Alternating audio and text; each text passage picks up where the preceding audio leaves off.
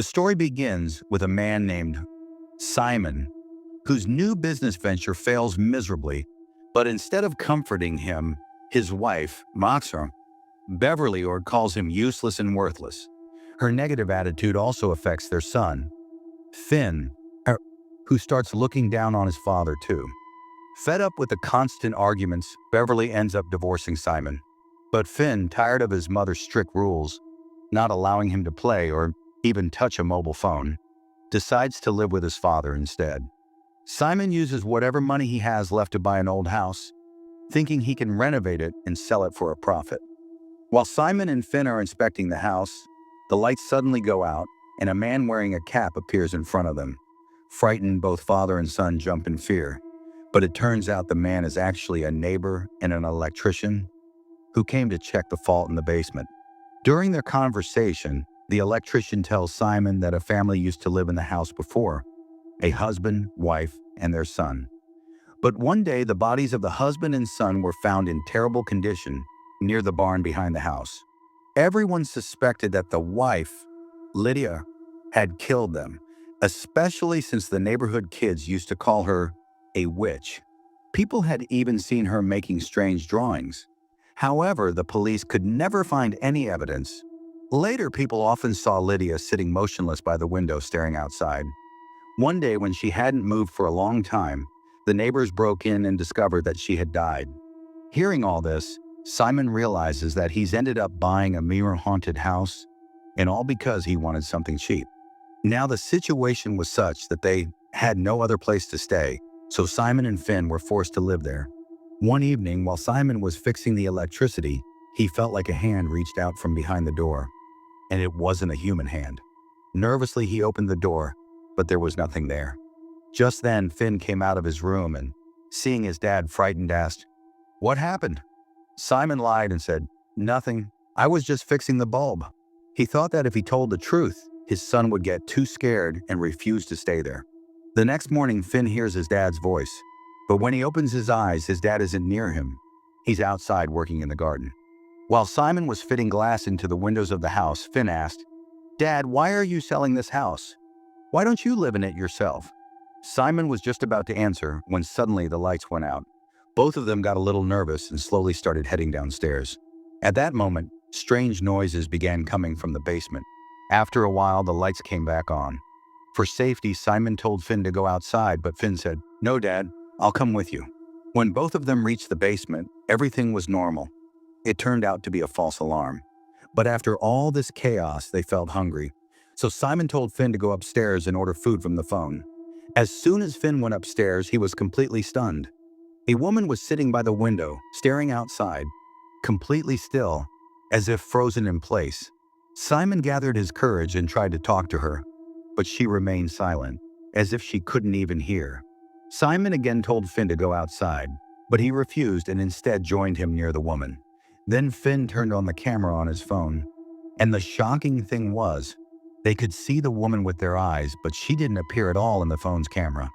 So that means it wasn't a human, it was a ghost. That's when they realized, this might be the same Lydia people talk about, the one they call a witch. They nervously said her name out loud, and the moment they did, the woman suddenly stood up with a jolt. Both father and son screamed and ran outside, jumped into the car, and drove away from there. Later in the evening, while returning after having dinner at a restaurant, Finn asked again, "Dad, you never finished your answer that day. Why are you selling the house?" This time, Simon didn't hide anything and said, "Your mom always wanted her own farmhouse, a big house. I wanted to make this house nice and surprise her, hoping maybe she'd come back to us. I didn't tell you because I was afraid you'd tell Mom everything too soon, but I never imagined we'd run into some witch in this house." After that, they went to the neighborhood electrician. Simon asked him about the day he came to the basement, what wiring problem had brought him there. That's when the electrician confessed that he had lied that day. He hadn't come to fix the wiring, but to pick up a broken cable, because on that very day he had seen Lydia sitting near that window. Simon was a bit surprised. "So what?" the electrician said. "The moment I made eye contact with Lydia, I started sleepwalking. Every time I woke up, I found myself walking toward this bungalow, each time getting closer." He explained that Lydia's spirit traps people to keep them with her.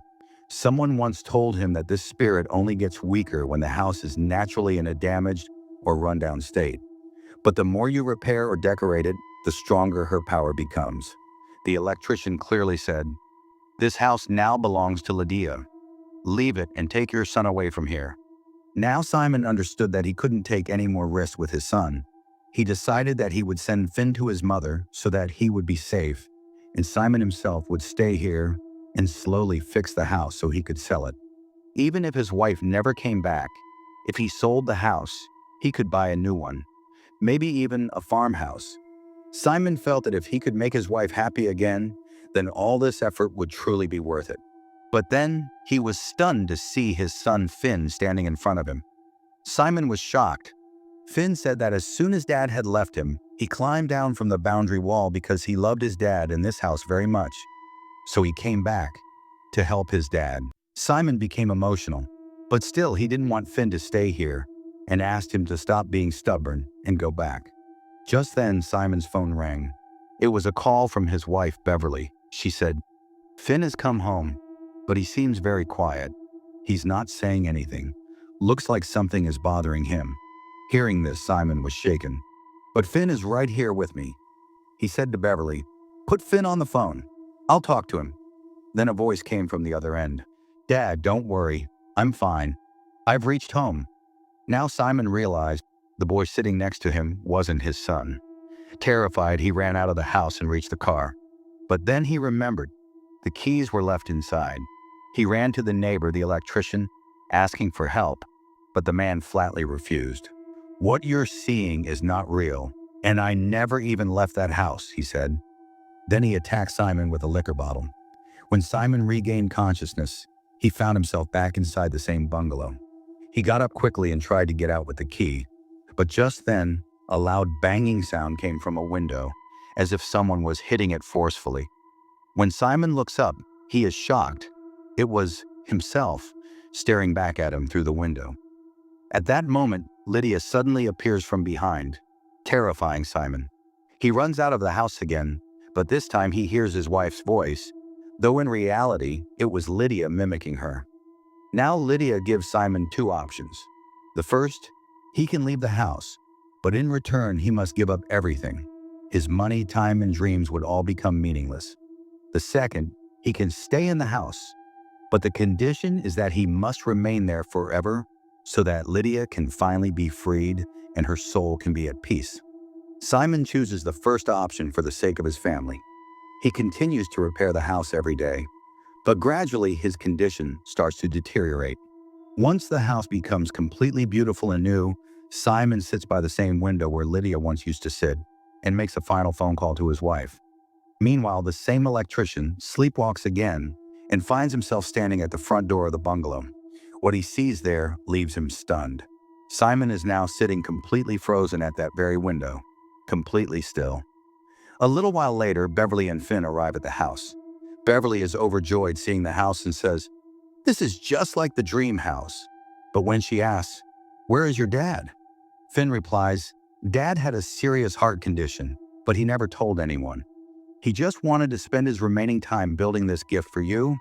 Inside, Finn finds a letter in which Simon had written, "Don't worry, son. I will always be here, just in a different form."